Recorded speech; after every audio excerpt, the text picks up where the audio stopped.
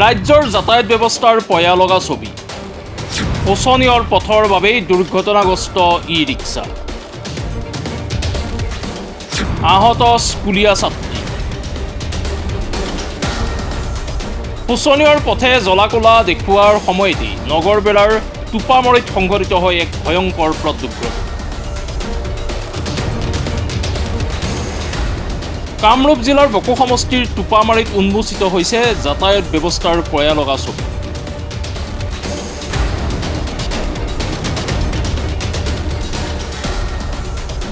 খবৰ অনুসৰি টোপামাৰী এখন ব্যক্তিগত খণ্ডৰ বিদ্যালয়ৰ কেইগৰাকীমান ছাত্ৰীয়ে গৃহমুখীৰ যাত্ৰাত ই ৰিক্সাৰে কৰি থকাৰ সময়তেই এখন ই ৰিক্সাৰ দুৰ্ঘটনাগ্ৰস্ত হৈ কেইবাগৰাকীৰ ছাত্ৰীৰ আঘাতপ্ৰাপ্ত হৈছে।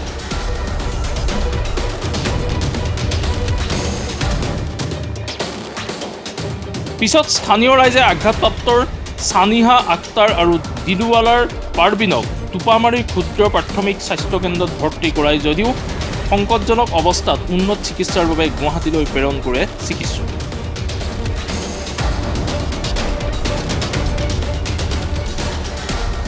উল্লেখ্য যে বিধায়িকা নন্দিতা দাসৰ প্ৰায় 2টা কাৰ্যকালৰ সমষ্টিটোৰ বিধায়িকা থকাৰ স্বত্তেও বৃহত্তৰ টোপামাৰী অঞ্চলৰ বাট পথৰ উন্নয়নৰ শোচনীয়ৰ অৱস্থাই এতিয়া পয়া লগাৰ ছবিখন দাঙি ধৰিছে।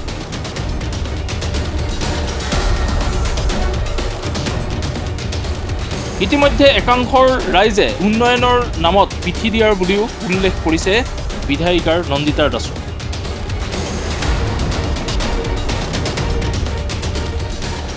কিয়নো এইসকল জনতাৰ যাতায়াতৰ একমাত্ৰ পথৰ দুৰৱস্থাৰ বাবেই আজিৰ এই দুৰ্ঘটনাটোৰ সংঘটিত হ'ল বুলিও সদৰি কৰে। তাৰমানে আমি ঘৰতে আছিলোঁ। আমাৰ ৰাস্তাটো অলপ বেয়া, ওখৰা মুখৰা ৰাস্তা। স্কুল ছুটি হৈছে, ডক্টৰ APJ আবুল কালাম স্কুলৰ ষ্টুডেণ্টখিনি। ছেকেণ্ড ইয়াৰ ছোৱালী কেইজন আছে, ছোৱালী গোটেইকেইজনী HS ছেকেণ্ড ইয়াৰৰ। সিহঁতে পিলপিলিত উঠি গৈ আছে ঘৰৰ পিনে, মানে ই ৰিক্সাত গৈ আছে। যাই থাকোঁতে ৰাস্তা ওখৰা মুখৰা কাৰণে পিলপিলিৰ পিঠ চাকা এটা মানে খহি গৈছে অকস্মাত। খহি যোৱাৰ লগে লগে ষ্টুডেণ্টখিনি পৰি গ'ল। যোনজন ছোৱালী আগত পৰি তাৰ নাম শাহিদা খাতুন, দেউতাকৰ নাম শাহজাহান। সেই ছোৱালীজনী মানে বহুত দুখ পালে আৰু দুখ ক'ত পাইছে এইটো আমি চিনাক্ত কৰিব পৰা নাই, কিন্তু বহুত আঘাত পাইছে। এতিয়া মানে কি হয় আৰু ক'ব নোৱাৰোঁ। মানে চাকা খুলি গৈছে, মানে ই ৰিক্সাৰ চাকা এটা খুলি গৈছে। কেইজন আছিল ছাত্ৰ ছাত্ৰী? মুঠতে 7-8জন আছিল ছোৱালী। আহত কেইজন হৈছে? আহত 3জন হৈছে, তাৰে 2জন অলপ মানে কম পাইছে, একজন মানে চিৰিয়াছ। এতিয়া ক'ত আনিছে? আমাৰ টোপামাৰী প্ৰেচিডেণ্ট হৈছে, ডক্টৰ আছে। মূলত এক্সিডেণ্টটো কিহৰ কাৰণে হৈছে আচলতে? এক্সিডেণ্ট হৈছে আমাৰ ৰাস্তা বেয়া কাৰণে। ৰাস্তাটো আচলতে বহুত বেয়া, ক'বলৈ গ'লে আৰু ভাষা নাই। এনেকুৱা আমাৰ টোপামাৰীত বহুত স্কুল আছে, এখন মহাবিদ্যালয় আছে, প্ৰাইভেট স্কুল মানে 15-20টামান হৈ গ'ল।